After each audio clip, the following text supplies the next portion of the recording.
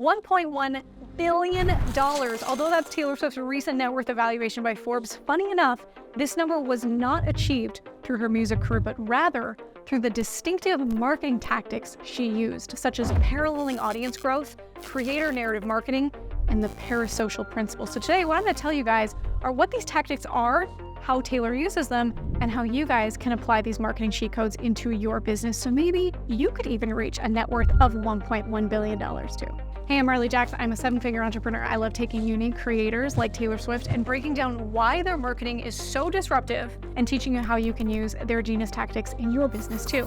But anyway, back to Taylor's first strategy. Essentially, it is the strategy that has led her to stay relevant for 20 dang years. And if you understand this, utilizing this tactic in your business will allow you and your product to never lose attention. Always be generating consistent leads with little to no effort. This tactic is called paralleling audience growth. And to explain it, I gotta tell y'all a quick story. I don't even say y'all. So growing up, I was a massive Taylor Swift fan. I remember during my high school years, I was singing my little 10th grade heart out, "You belong with me." I would always love how that song would remind me of my boyfriend that brutally dumped me. My boyfriend in college, when we were dating, he gifted me tickets to the Taylor Swift concert, broke up with me 2 weeks before the concert, and took the tickets back.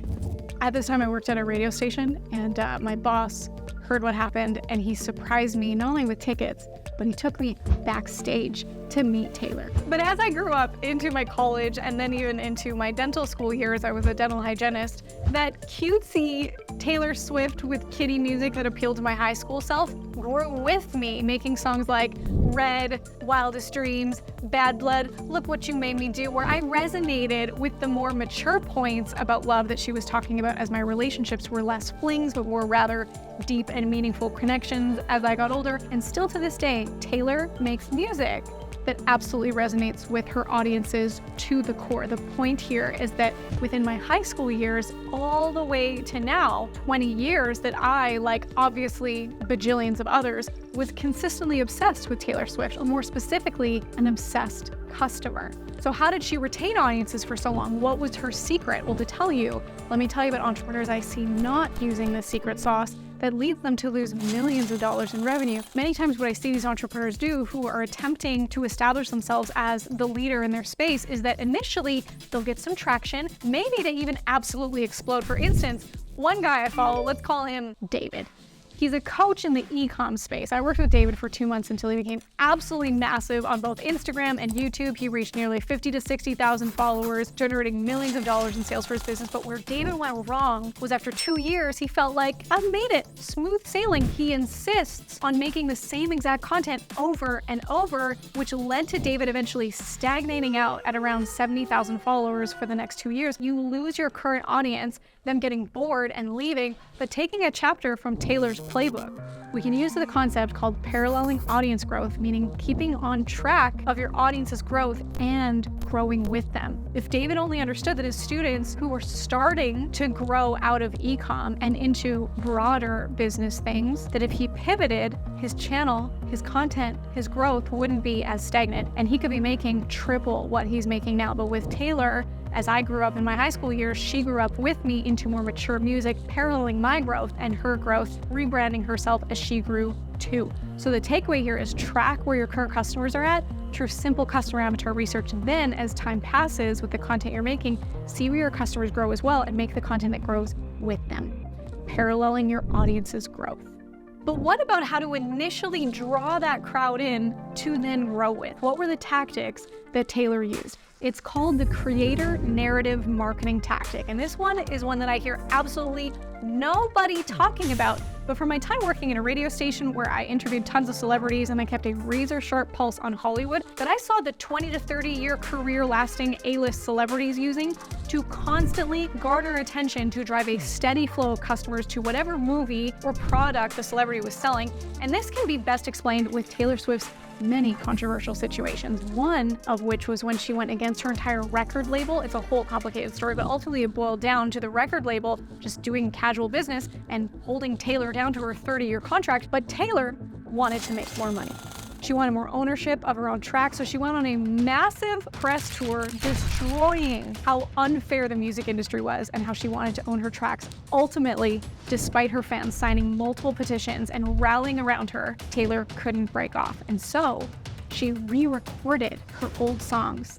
And still, her fans came to support her by those songs hitting #1 on the charts for 2 weeks straight. Or other controversial cases Taylor's been in where she uses her exes and makes tons of songs about them. Ultimately, what it boils down to, though, is that Taylor is a master at taking life situations and slapping herself with the hero trope, dramatizing points in her life so there is a story to be told, or more specifically, a creator narrative to be told about her. And so to apply this to your personal brand, go about your life. But when you see a moment in some situation that you're in where you can paint yourself as a hero, like if you're getting sued or you have a client destroying you, talk about it on your socials because people love to talk about your story. A creator narrative they can attach to. And in doing this, you get more people into your brand, more people talking about you, and ultimately more people to go down your personal brand rabbit hole and buy your product. But finally, now that you have an audience by creating a creator narrative around yourself and you've paralleled your audience's growth,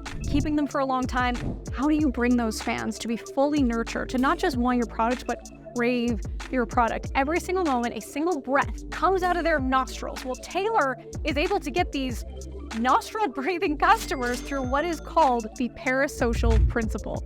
For instance, recently she's been on the Eras tour, where like a classic concert, she's going all over the world and performing, but most uniquely, she's also been selling a pre-recorded 2-hour and 45-minute long version of her concert and playing them in the theaters. As in literally like you're going to watch Star Wars in theaters. You go in, you buy a $20 ticket to watch a pre-recorded Taylor Swift concert, not even live, just on a movie screen. It's genius. And that genius generated her from that business model alone nearly $780 million. But why does this matter? Let me stack on top of this 2014, the 1989 Secret Sessions. These were hush, quiet events where Taylor invited her fans all over the world to her literal house and hosted a private listening party and played them her album 1989 a full month before her release. It was reported that some of her fans literally died. Literally died. I literally just died dead at the event from seeing her in person and especially in her own house. One more, 2015, the 1989 tour. The color of the wristbands given at the concert were the colors of her next album cover. And if the colors were matched in a proper way, fans were able to decipher the name of her next album, Reputation. Why do all these instances matter? Because implementing the underlying philosophies of these stunts is maybe how even you can sell out nearly $780 million tours like Taylor Swift too. And that underlying philosophy is that of taking current fans and using many stunts to nurture them. For instance, selling concerts at movie theaters. Not only was that super lucrative for her, but it was also a perfect downsell to further nurture her fans rather than leaving them unnurtured with them not being able to afford $2,000 tickets at resale prices, or the people that already went to the concert and loved it got to see it again and pay her even more money. Private listening, no profit in these, but it not only nurtured the fans that she brought to her house, but it was also great press for when they launched on her YouTube channel this well-produced video of these events and just how genuine they were, when in reality, it was kind of just to further nurture her audience.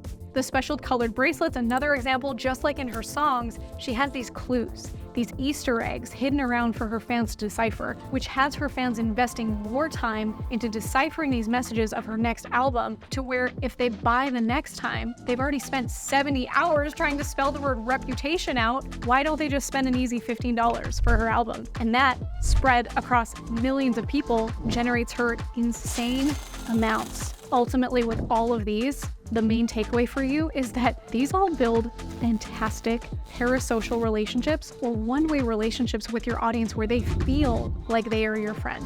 And what do you do with friends' businesses? You happily buy from them to support them. When in reality, you might have no clue who these people are, but now they're putting their money in your pocket.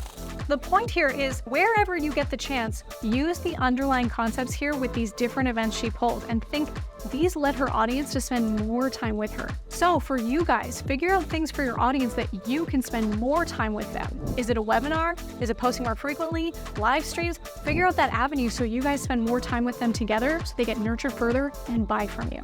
And so ultimately, with these 3 marketing tactics, Taylor Swift has been able to sweep the industry, therefore making her $1.1 billion at the age of 33 through not music, but marketing.